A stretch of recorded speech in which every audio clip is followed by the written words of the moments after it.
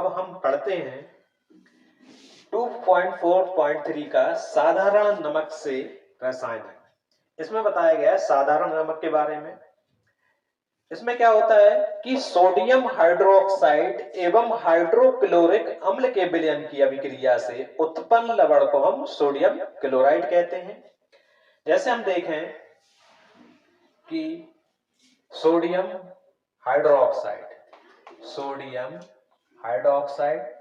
तथा हाइड्रोक्लोरिक अम्ल की अभिक्रिया से क्या बनते हैं, लवण बनते हैं, यानी सोडियम क्लोराइड। ये लवण हो गया NaCl और साथ में जल बनता है जो कि अनिवार्य रूप से होता है।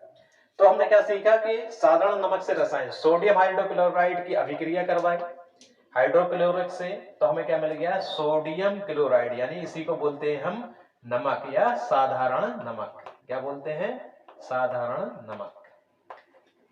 अब इसी से यानी कि साधारण नमक से यानी सोडियम क्लोराइड से कुछ यौगिकों का निर्माण विधि एवं उपयोग बताएंगे हम। यौगिकों की निर्माण विधि एवं उपयोग बताएंगे, जिसमें पहला हमारा यौगिक है वो हमारा है सोडियम हाइड्रोक्साइड। पहले हम इसका फॉर्मूला, ये बनाने की विधि बताएंगे और इसके उपयोग बताएंगे। सोडियम हाइड्रोक्साइड, पहले हमें ये फॉर्मूला याद करना होगा जिससे बनाने की विधि बहुत ही सरल हो जाती है। सोडियम हाइड्रोक्साइड, ये क्या है, रासायनिक नाम है इसका रासायनिक नाम है और इसका जो सूत्र होता है वो होता है NaOH। क्या होता है, NaOH। अब हम बताएंगे NaOH की बनाने की विधि। क्या करना पड़ता है, पहले हमें बनाने के एक फॉर्मूला बताते हैं या सूत्र बताते हैं कि यदि हम सोडियम क्लोराइड, हिंदी में लिख के दिखाएंगे, फिर उससे हम रासायनिक समीकरण में सोडियम क्लोराइड की अभिक्रिया, सोडियम क्लोराइड तथा जल की अभिक्रिया से हमें क्या मिल जाता है, सोडियम हाइड्रोक्साइड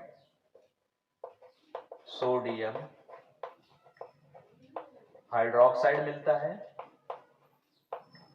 हाइड्रोक्साइड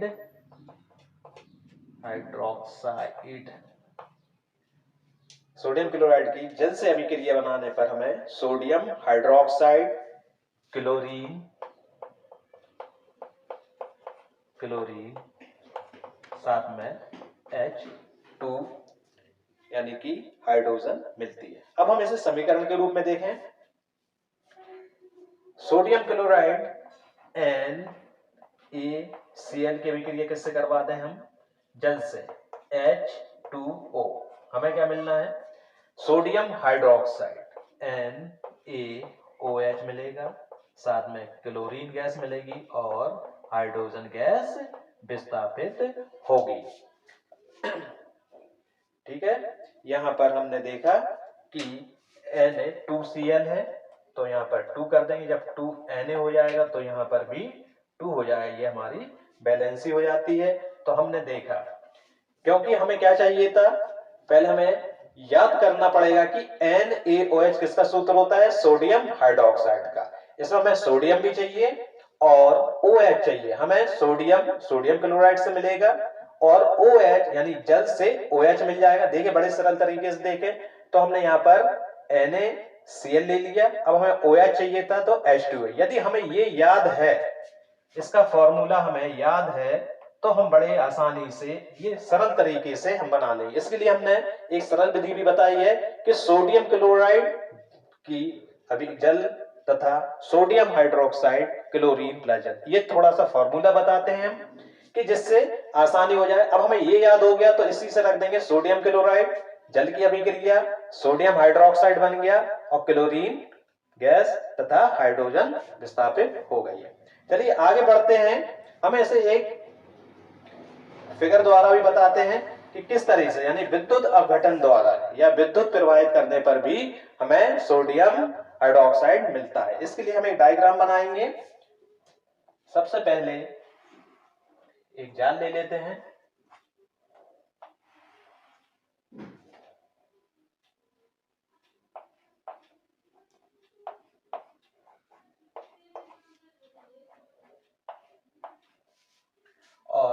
एक एनोड विद्युत धारा प्रवाहित करने के लिए एनोड और कैथोड ले लेंगे, प्लस और माइनस।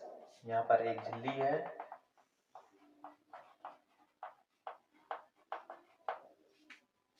और इसमें नमक का घोल है, नमक का घोल, और ये पूरे में नमक का घोल भरा हुआ है। ये एनोड है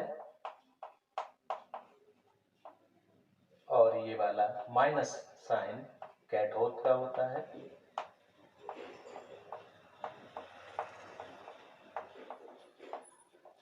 यहाँ पर नमक का घोल है, यहाँ पर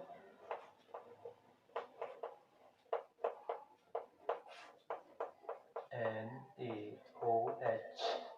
यहाँ पर हमारी क्लोरीन गैस निकलेगी Cl2, और यहाँ पर हमारी H2 गैस है। यहाँ पर Na+H होगा प्लस, इधर OH माइनस होगा और Cl माइनस होगा। इसमें हम देखते हैं कि जब नमक के घोल में या सोडियम क्लोराइड के जलीय विलयन में, ये जलीय विलयन है, में विद्युत प्रवाहित करते हैं तो यह वियोजित होकर सोडियम हाइड्रोक्साइड उत्पन्न करता है एवं जल, क्लोरीन और हाइड्रोजन भी विस्थापित करता है। इस प्रक्रिया को हम क्या कहते हैं? क्षार क्लोर क्षार अभिक्रिया भी कहते हैं। क्यों कहते हैं? क्योंकि इसमें क्लोरीन और OH के रूप में क्षार उत्पन्न होता है। फिर हम देखेंगे कि क्लोरीन के कुछ उपयोग हैं जो हम देखेंगे कि क्लोरीन क्या करता है। जल की स्वच्छता के लिए ये उपयोग है क्लोरीन के। दूसरा है हमारा रोगाणुनाशक के रूप में। तीसरा हमारा है कीटनाशक के रूप में प्रयोग होता है। अब हमारा जो है हाइड्रोजन है वो ईंधन खाद के लिए एवं अमोनिया के लिए प्रयोग होता है। इसका उपयोग है ईंधन के खाद के रूप में एवं अमोनिया बनाने में। इसी प्रकार हम देखेंगे कि जो हमारा नमक का घोल है वो हमारा साबुन तथा अपमार्जक कागज के लिए कृत्रिम रूप में प्रयोग किया जाता है। यदि देखें हम तो NaOH का उपयोग देखेंगे, क्योंकि इसमें उपयोग भी बताना पड़ता है। यह साबुन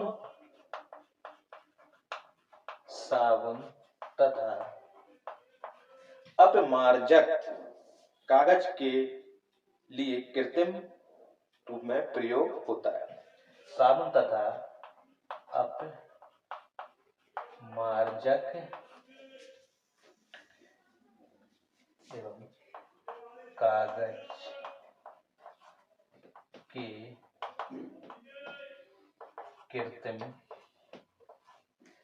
के